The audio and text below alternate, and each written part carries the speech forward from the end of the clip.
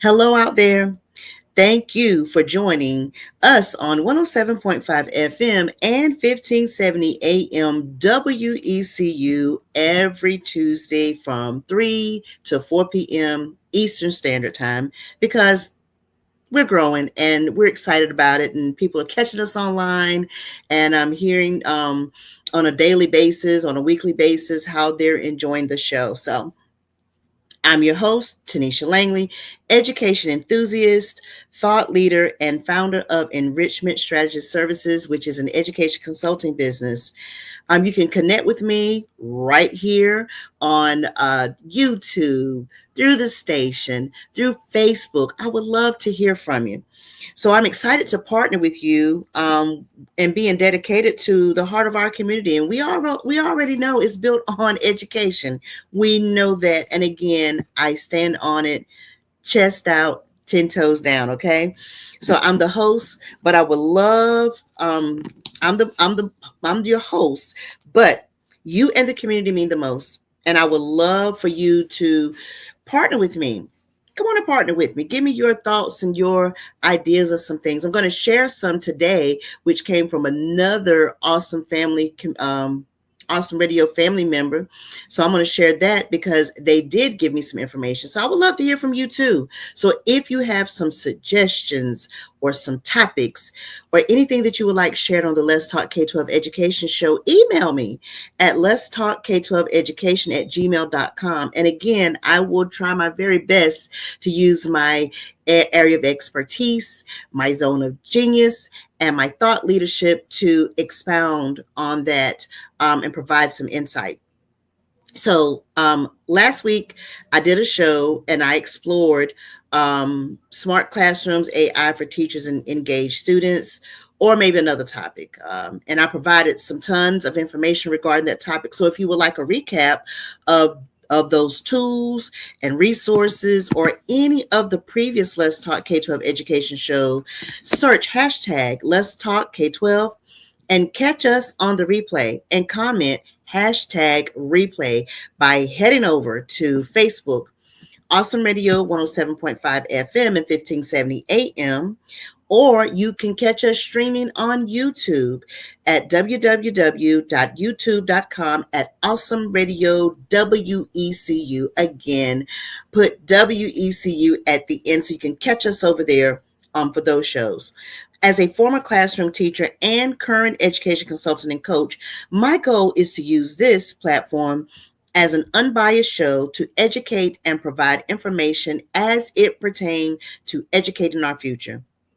My partnership with the community of the Awesome Radio WECU community is to close the gap of the school to prison pipeline with tenacity, grit, and grind while providing hope.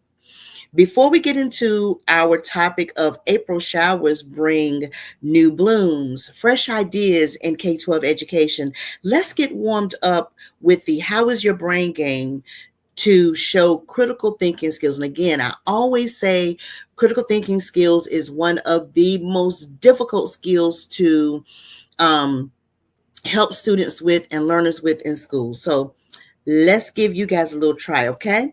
So here's a joke. Why did the students bring a ladder to school in April? You know? You don't know? All right. Because they heard April showers bring new blooms and they wanted to rise to the occasion. But I know. I know me and my jokes. I'm going to make it big one day with these jokes. All right. So anyway, you didn't like the joke? No problem. Let me give you a little riddle. So start with a challenge, but help you grow. With a little effort, your knowledge will show. April brings me and learning renews. So what am I? Fresh ideas in education. So here's some more critical thinking, all right? But these are actually nothing you have to do. No worries. Don't cringe that I'm going to ask you a question and give you a corny joke. These are some thought provokers around April showers bring new blooms. So let's get into it, okay? So here's some general metaphorical type of thought provokers around our topic today. It says, what April showers challenges are we currently facing in education, and what new blooms, which are innovations, are emerging as a result? In what ways are we actively cultivating a growth mindset in our students? And how can we ensure that those seeds take root? Here's a literacy focused one, which is my all-time favorite, if you guys didn't know, but after so many shows now, you should know literacy is my jam, okay? So beyond basic skills, how do we foster a genuine love of reading that blooms into lifelong learning, and not just what they need to know in the classroom for curriculum and content, but how can it go beyond the K-12 doors, okay? If we could rewrite the narrative of literacy education, what would the next chapter look like? Here's one on personal development and mindset, mental health, which personal development is my second jam. Okay, that is that. So literacy actually is my zone of genius. No, excuse me. Literacy is my area of expertise. But if we're talking about zone of genius, honey, it's around personal development. So let's get into these thought provokers. How do we teach students to embrace challenges as opportunities for personal growth rather than fearing failure? Beyond academics, what skills are essential for students to thrive in an ever-changing world? All right, here's some thought provokers around family engagement. How can schools move beyond traditional parent-teacher conferences to create genuine partnerships with families? How do we bridge the gap between home and school to ensure consistent support for student learning? And to wrap it on up, the future of education thought provokers. What global educational models can we learn from to improve our own system? What will the new blooms of education look like in the next decade? We got to have some forward thinking, community. We got to have some forward thinking here. So here's a show quote of the day for our topic. So a flower does not think of competing with the flower next to it. It just blooms. And that is a Zen proverb. I love that one. All right, so let's get into our opener, guys. Let's go. As we talk about April showers and new blooms. So I want to welcome you back to everyone to the Let's Talk K12 Education Show. It is April, which means it's Tuesday, and also apparently, according to my weather app, we're expecting a deluge of, wait for it, educational innovation. Yes, folks, just like those April showers bring forth a sudden, unexpected burst of floral growth, we're here to talk about the new blooms popping up in K-12 education. We know that just like a garden, education needs nurturing, especially in these interesting times, okay? So we're here to discuss real practical strategies that are making a difference for students and families. We'll be talking about literacy programs that are actually working, personal development techniques that go beyond just telling kids to try harder, and family engagement strategies that don't involve sending out endless emails that nobody reads. So forget the rain boots, grab a cup of coffee or your favorite evening beverage, because we're about to plant some seeds of knowledge that will hopefully bloom into real progress.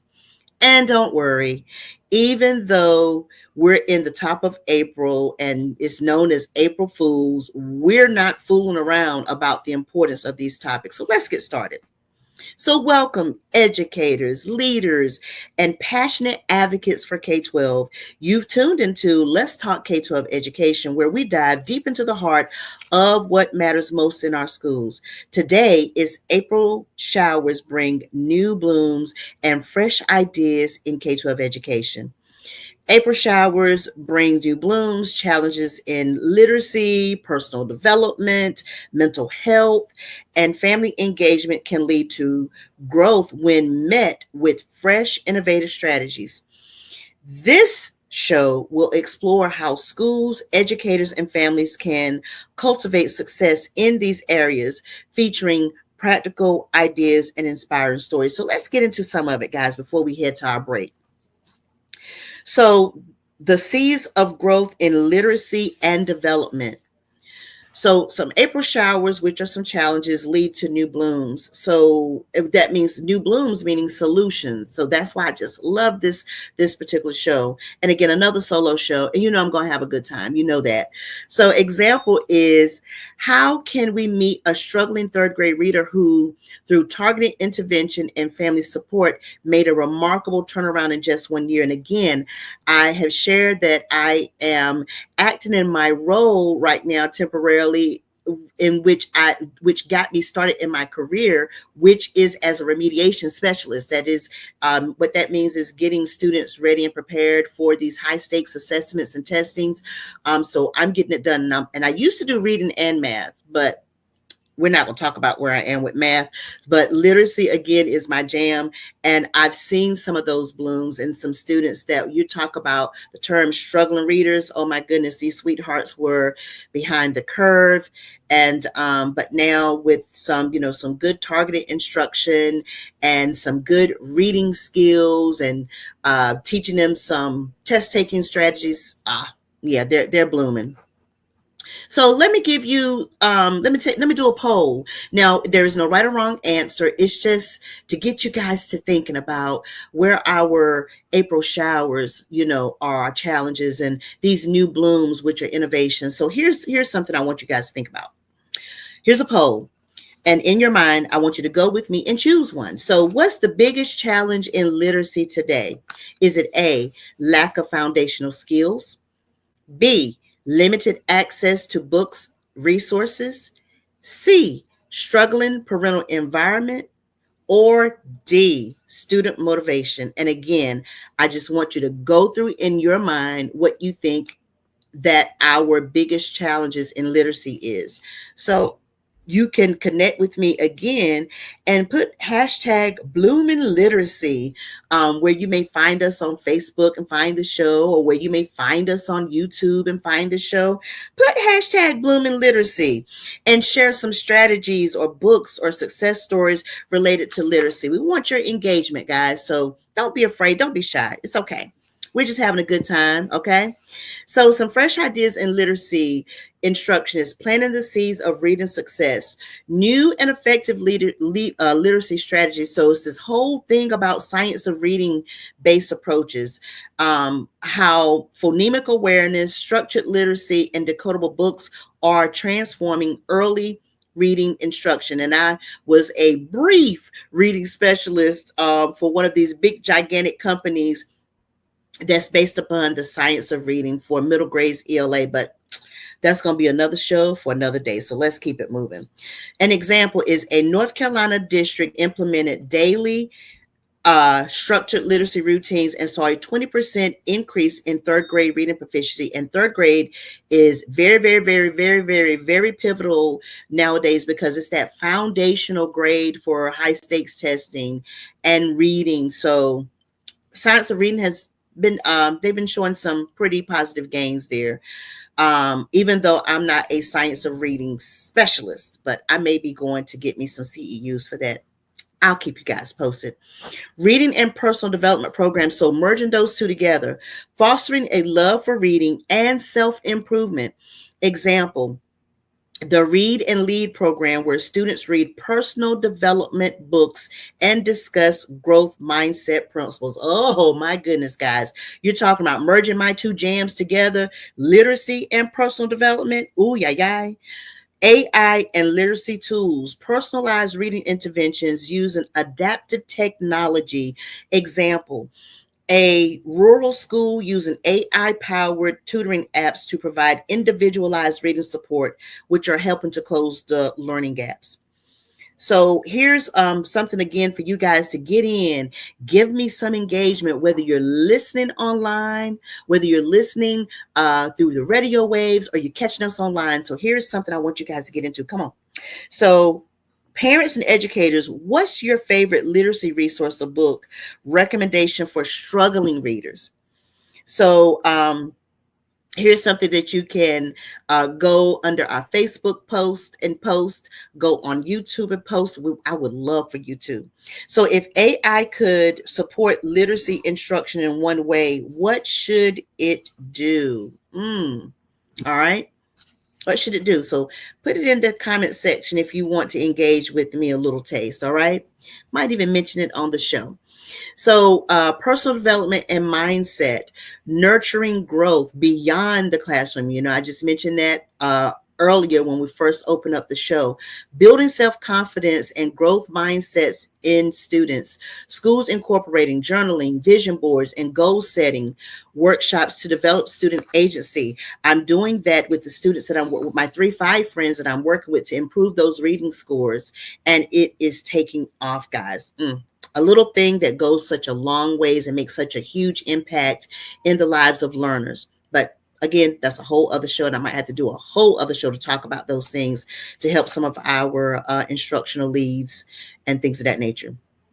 So example, a school in Atlanta uses morning affirmations and mindset coaching to boost student confidence. Again, you're looking at the face of what's working for the students that I'm working with now as a reading remediation specialist.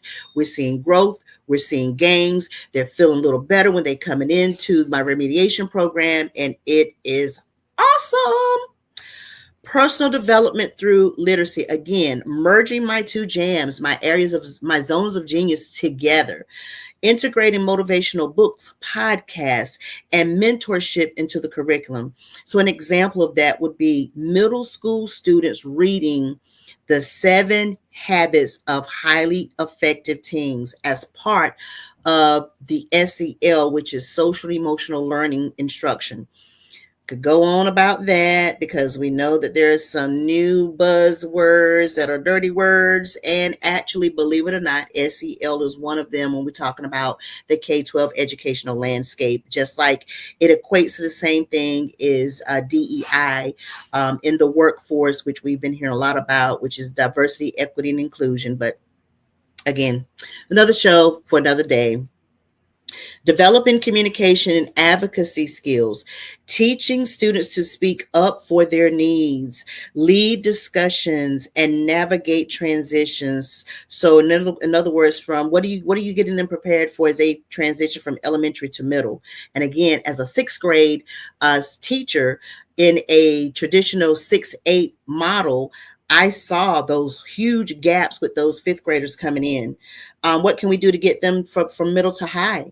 And let's talk about from high to starting their world in college or whatever they're in military, business, some of them.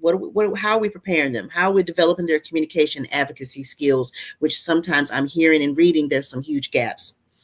So schools implementing student-led conferences where children present their academic goals to parents and teachers. And again, goal setting is one of the things that I'm doing with my 3-5 friends for reading in this remediation program that I have in one of the schools here in the county. That is phenomenal. Involve them and they get it better than you just telling them. So involving them in the process. So a guest speaker could come out like a student success coach or youth mentor discussing how mindset develop impacts literacy and learning. So here is another challenge for you guys to engage with me by coming on the YouTube and typing it in there when you look for the Let's Talk K12 Education Show, or if you find it on Facebook. What's one personal development lesson or book that changed your life? And how often do schools teach personal development alongside academics? Please, please, please, I want you to type it in if you can and come find the show and type it in for me. Engage with me. Like I said, it may even share it on the show. So again, solo show, having too much fun, but we got to get ready to go to break. So you're listening to the Let's Talk K12 Education Show on Awesome Radio, WECU 107.5 and 1570 AM, where we make K12 education everyone's community business. We'll be right back after this short message with more inspiration for the world of K12 education. And we'll be talking about those resources that Dr. Glenn gave me. And we'll talk about those mental health services after we come back from this short break. See you soon.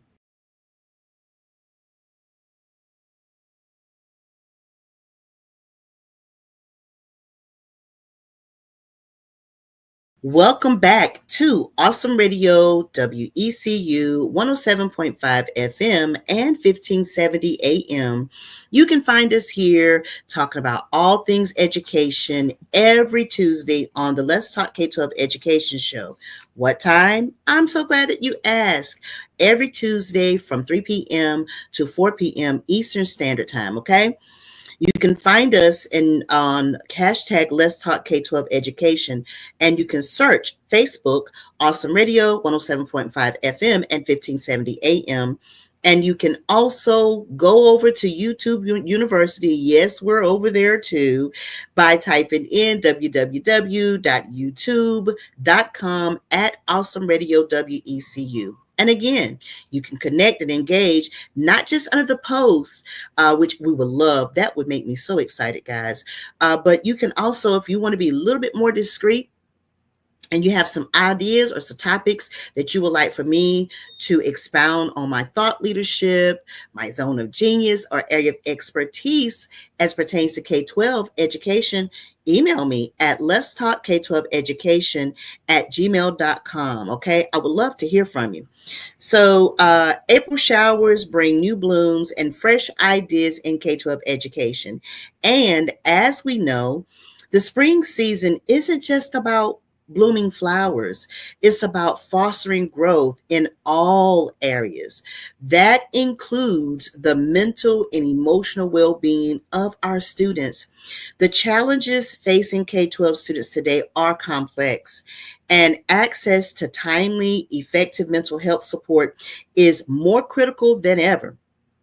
So to discuss this groundbreaking approach that's bringing vital telehealth services directly to students, I'm going to share a resource that another awesome Family Radio member gave to me to talk about on the show. From Dr. Glenn Johnson. So I'm going to share some of those insights and information on those new virtual mental health resources for K-12 students. And so I'm going to give you those resources. The concept isn't new, but the way that they're rolling this out is pretty groovy. And some of you, if you're in the area, may be familiar with it. So I'm going to talk about it a little bit. So let's talk about it. And let me just say this. I know that in our community, mental health, there's stigma associated with it. But I can tell you it is, we should no longer be stigmatized, okay? The way that when we know better, we do better. And we have too many resources at our fingertips, in our ear gates that we should not be doing something about it. So let's talk about it, okay? Let's talk about it. Okay, don't take the rug off. There's nothing to hide. Mental health is what it is, and again, I'm an advocate for it because, when I had to utilize it, I did, and also I've been a BCOM specialist, which is about self-regulation for K-12 kids with another agency that partner with K-12 schools in two different counties. But let's talk about this particular agency. So Blooming Mental Wellness,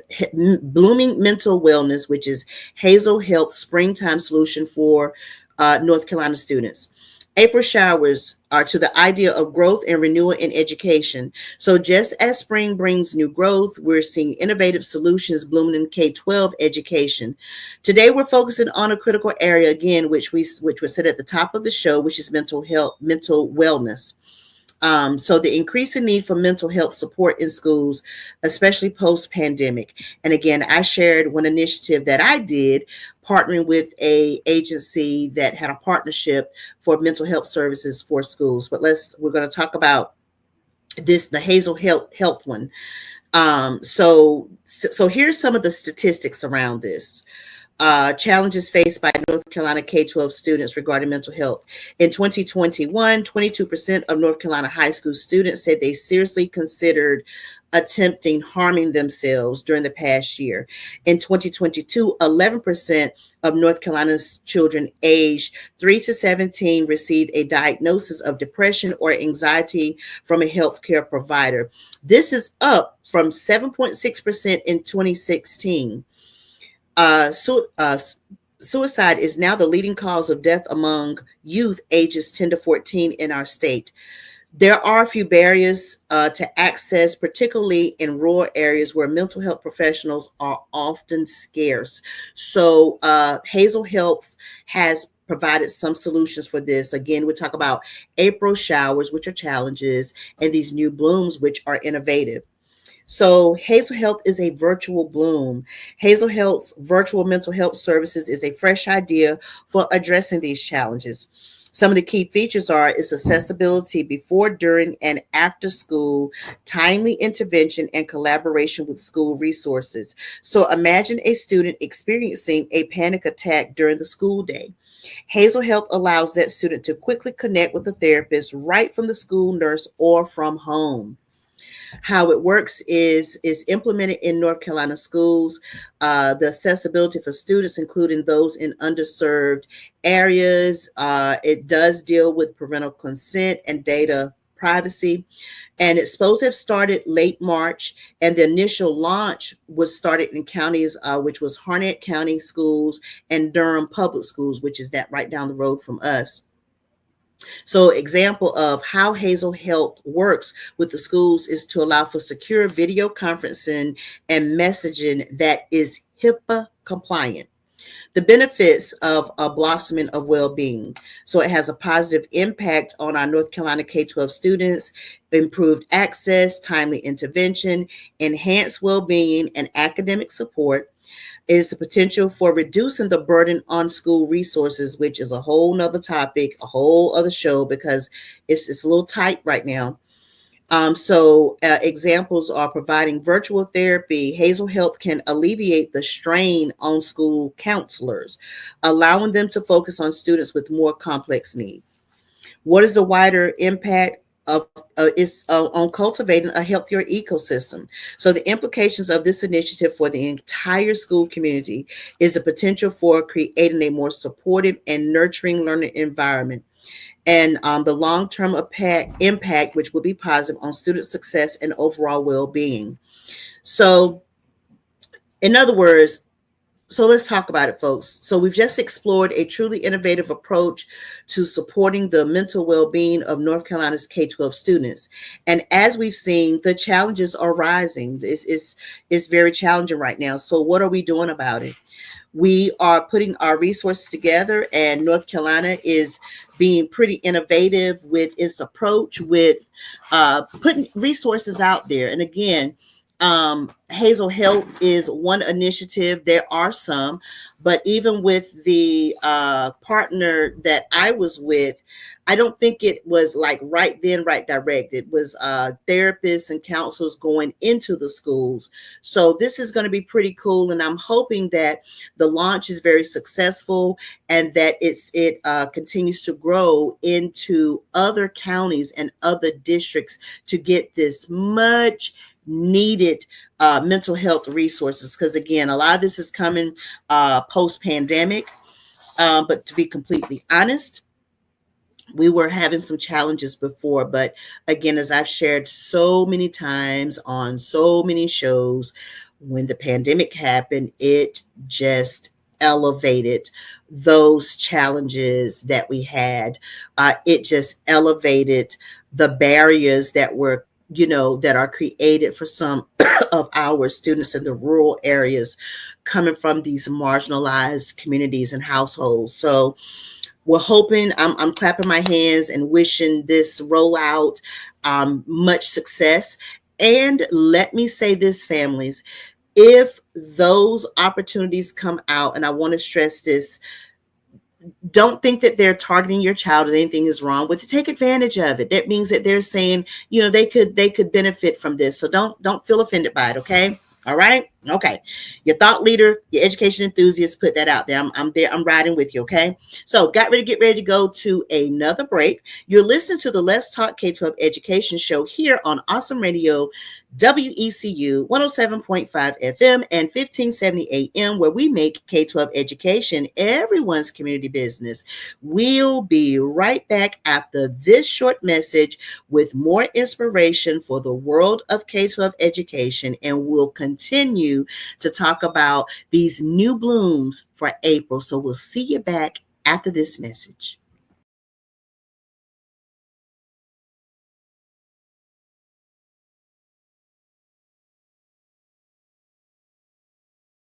All right, guys, welcome back. Welcome back to Awesome Radio, WECU 107.5 FM and 1570 AM, where we've been having a good time doing another solo show. Oh, makes me so excited.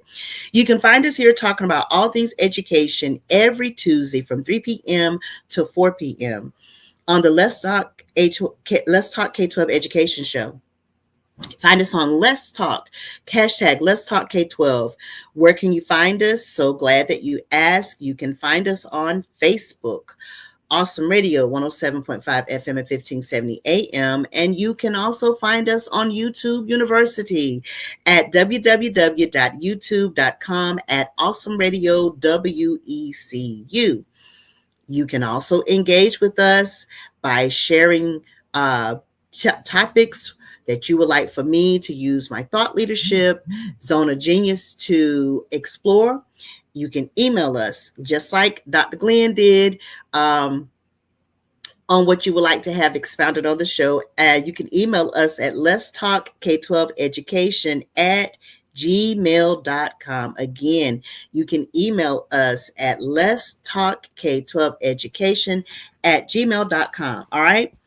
So, as we've been discussing these fresh ideas blossoming in K-12 education, we know that strong roots are essential for any healthy bloom. And, we talked about mental health services from a telehealth agency that's supposed to roll out late March. We talked about that and how it's critical and essential for students. And I added my 2 cents worth and said, don't think it's a stigma, guys.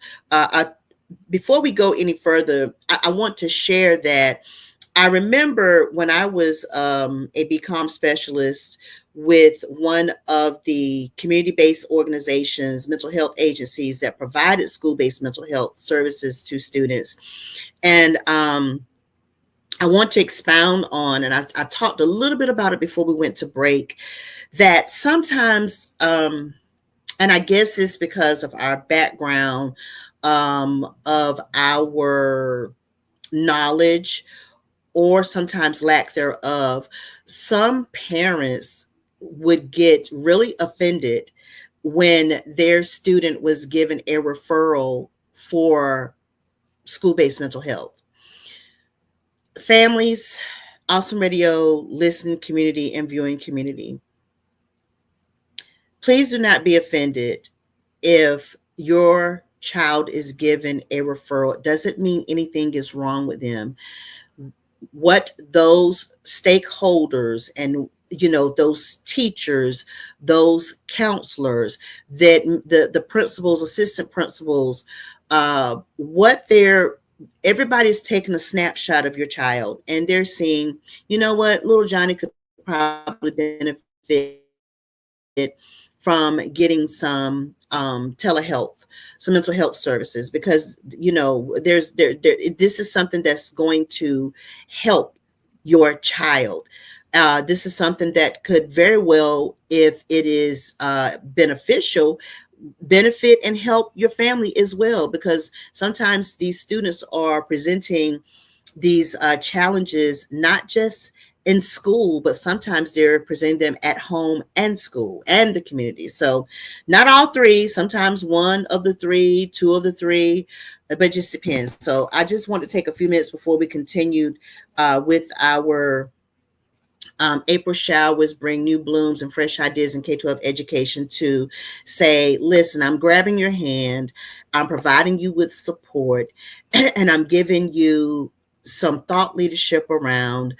If you're not sure of what the referral means, before you get offended and say no to something that could positively benefit and impact your child, which is your biggest prize and blessing, uh, call the school and get information. Okay. Call the school and get information and get informed before you just say no. So explore it if you don't understand it before you get offended. You know, some of the families will be like, well, what is wrong with my child? What are y'all trying to say? Ma'am, sir, we're trying to say that your child is our concern too. You know, they're yours, but when they're not with you, they're with us. And so we have high stakes into them too. So we're just looking at some things and think that they could benefit from this service. Okay, enough of that. So, and what stronger roots are there than a love of learning nurtured at home? I just kind of shared some of that. So if you're not sure what it is, before you get offended and say, I don't know what this is, call the school and get more information. They would love to sit down and give you, connect you with the right person at the school that can educate you on what the particular service is. So just as April showers nourish the soil, engaging families in their children's education provides the essential support needed for academic growth. So let's turn our attention to the crucial connection between literacy and family engagement. And I just kind of open up the show, segue the show to help you hold your hand, do some hand holding here with you to say, don't be offended. Don't be afraid of what you don't know. Get informed about what you don't know, and explore how we can cultivate a thriving learning environment that extends beyond the classroom. So let's get into it. All right. Family engagement, watering the roots on student success. So beyond parent teacher conferences, creating literacy rich homes. Okay. How are we going to do that? Schools can host parent literacy nights with hands-on strategies for reading at home. Example, a program providing free books, free book bundles, and training parents on interactive reading techniques. I would love to do something like that. That gives me an idea. I might have to reach out to the principal that I'm got this contract with to say if I can help put something together like that. Okay. Bridging the homeschool literacy gap. Leveraging text message based coaching for parents to reinforce classroom lessons. So example, a family engagement program that sends daily reading tips and conversation starters via text. What I can tell you is when I was a classroom teacher and during some of my consultancy as an education consultant and coach, you got people that do read their emails, but when I tell you they stay glued to their phones, even when they are multitasking all the time, honey. They could be sitting in a meeting, they could be cooking, they could be working. Most 9 times out of 10, people have access to their cell phones, even when they're not supposed to. Okay, I'm just saying.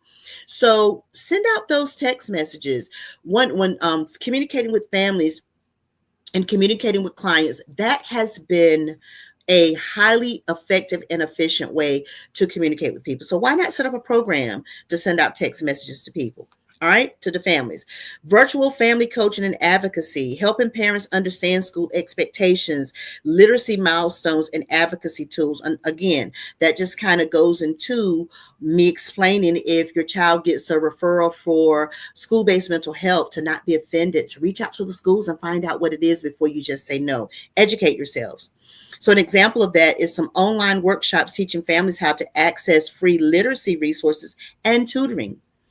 You could have a guest speaker, a family engagement coordinator, or parent advocate sharing how schools and families can collaborate for better reading outcomes. Again, I just gave myself a idea. Okay, so don't be shocked if you don't hear your girl facilitating one of these types of workshops, because I just love myself some literacy, honey, and I love myself some personal development. So why not merge those two together? Oh my goodness.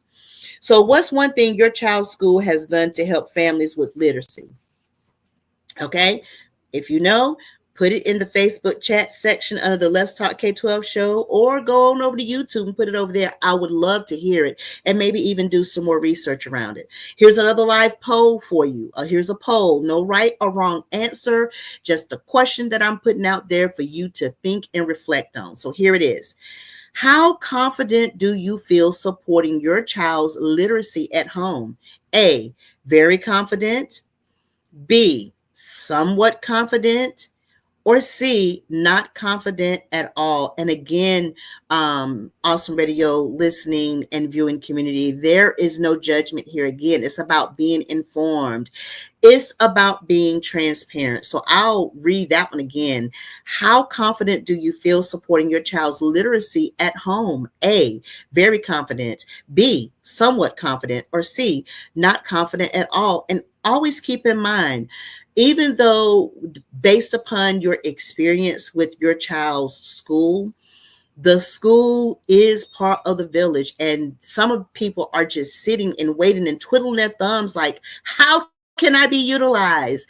What can I share to help these families be supportive? So if your answer to that was C, which is not confident at all with providing literacy support for your child at home, reach out to the schools. They would love to hear from you and how they can support you. So future of literacy and family engagement, new growth in education. So what's next in education?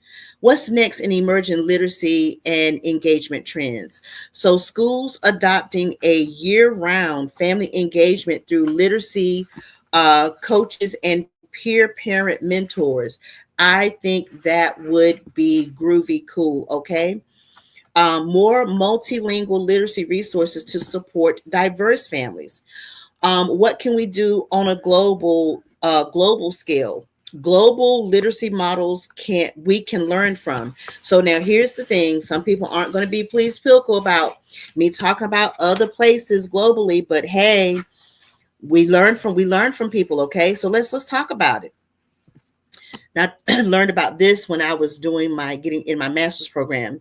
Finland's play-based reading strategies, while early reading isn't rushed but results in higher literacy rate.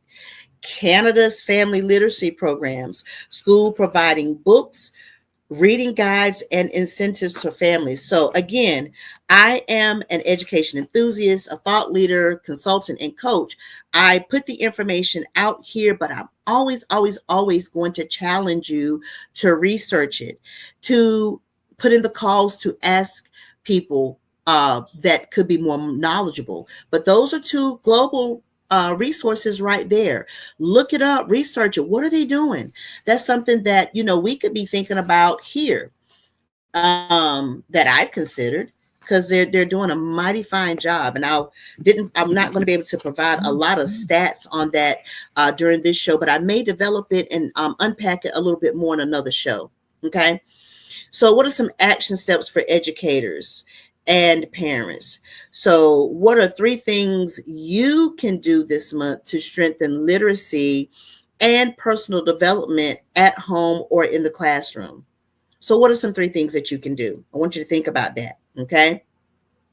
So I would say, since I asked the question, my suggestion is to strengthen the literacy and personal development at your home. Some things to consider is, if you don't know, reach out to the schools.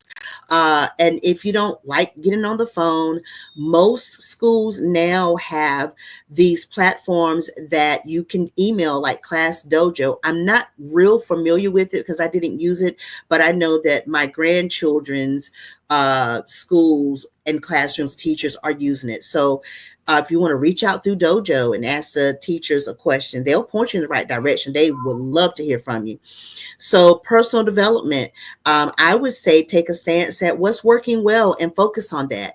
And then for personal development, again, take a look at what you need some areas of improvement on, and doing the research, or reaching out to the schools. Again, you'd be surprised. Schools have a wealth of resources, a wealth of knowledge, and that they were just waiting for you to call and ask or email and ask about. It makes them feel good that their budgets that they spend to get these resources. And unfortunately, sometimes they get these resources and they don't always take off. So sometimes they're just sitting dormant on the shelf. What they say, one man's junk is another person's treasure. So sometimes some of those things that we're overlooking, or we are going to the newest curriculum, we're going to the newest initiative, and we're just packing those things up, putting it on the shelf. You'd be surprised if you just reach out to the schools. It doesn't mean that it's outdated for the general community. It just means that for the school system, they're just kind of staying abreast. So yeah. So here's something I also want you to engage in. What's one change that would transform literacy in education? So you can, I want you to make some predictions. And with those predictions, I want you to go under Let's Talk K12 Education on Facebook, or Let's Talk K12 Education on YouTube on Awesome Radio, WECU, and post your prediction. What do you think the future of reading in education, what would that look like? What is that going to look like with AI and all these new initiatives? Post it over there. I want to be nosy, okay? I want to be nosy, but for a good reason, okay? So here's a recap of what we've been talking about in our show today. April showers brings new blooms and fresh ideas. We talked about foundation for growth. So talk about nourishing plants and family engagement and literacy, providing those essential nutrients for the child's academic and personal growth. Again, my two favorite, merging those together. So bridging the gap with effective family engagement programs. Cultivating the love of reading.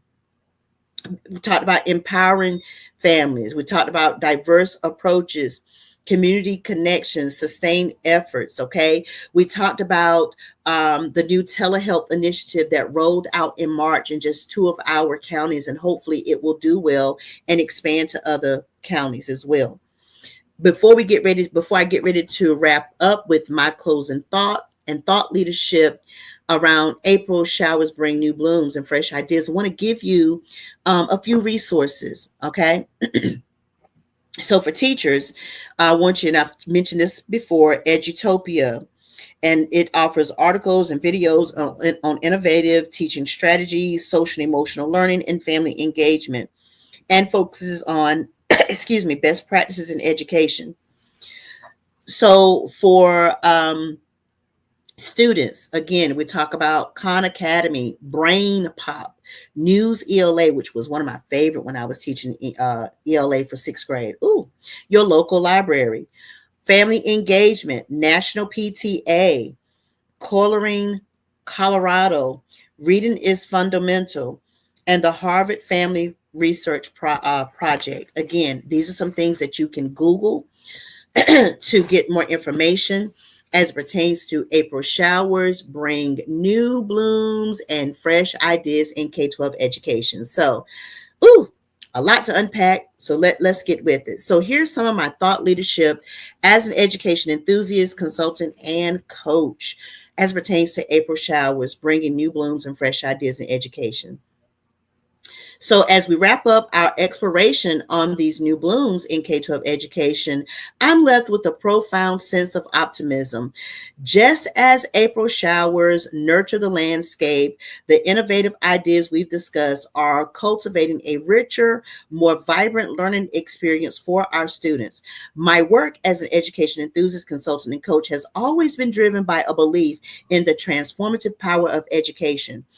And what we've seen here, from groundbreaking telehealth initiatives addressing student mental health to the vital connection between literacy and family engagement, reinforces that belief. These fresh ideas aren't just fleeting trends. They represent a fundamental shift towards a more holistic, responsive, and equitable education system. We're witnessing um, groundbreaking shifts towards a more holistic approach, and we're witnessing a movement that acknowledges the whole child, recognizes the importance of community partnerships, and embraces the potential of technology to expand access and opportunity, again with this telehealth initiative. So again, guys, I want to thank you for joining us on the Let's Talk K12 Education Show. We're grateful for your time, your insights, and dedication to exploring what truly makes a difference in the lives of our students, educators, and communities. Your commitment to understanding and advancing K12 education is what drives meaningful change. Together, we're shaping the future of education, one show, one conversation at a time.